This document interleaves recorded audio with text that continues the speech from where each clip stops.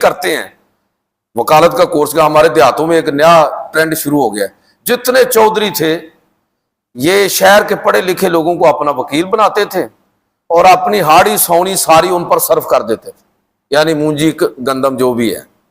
اب انہوں نے کیا کیا کہ اپنے بچوں کو وکیل بنانا شروع کر دیا.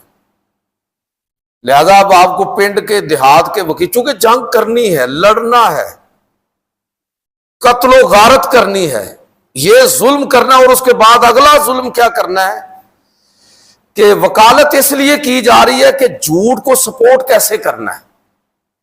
بندے کو پتا ہے, اس لیے علماء نے باقاعدہ لکھا ہے کہ کیا وکالت جائز بھی ہے کہ نہیں ہے. پھر جمع تفریق کر کے کہا کہ ہاں جائز تو ہے, لیکن شرط یہ ہے کہ جب آپ کو کیس لیں تو پہلے یہ سمجھ لیں کہ یہ بندہ صحیح ہے کہ غلط ہے.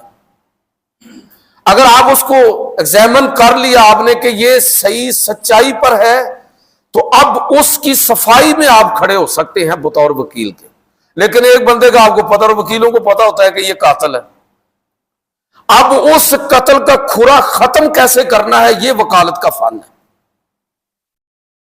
چور دروازے کیسے ڈھونڈنے ہیں, آپ اس کو ملک کی اعلی عدلیہ سے لے کر نیچے تک آ جائیں.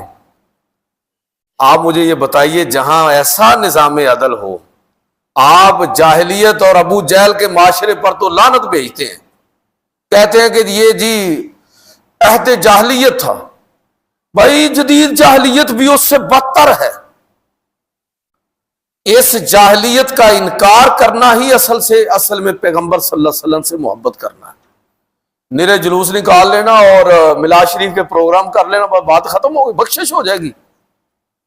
نہیں, ثابت کرنا ہوگا کہ ہمیں اس پیغمبر کے لائے ہوئے نظام کے ساتھ, برپا کردہ انقلاب کے ساتھ محبت ہے, ہم اسی رستے پر ہیں.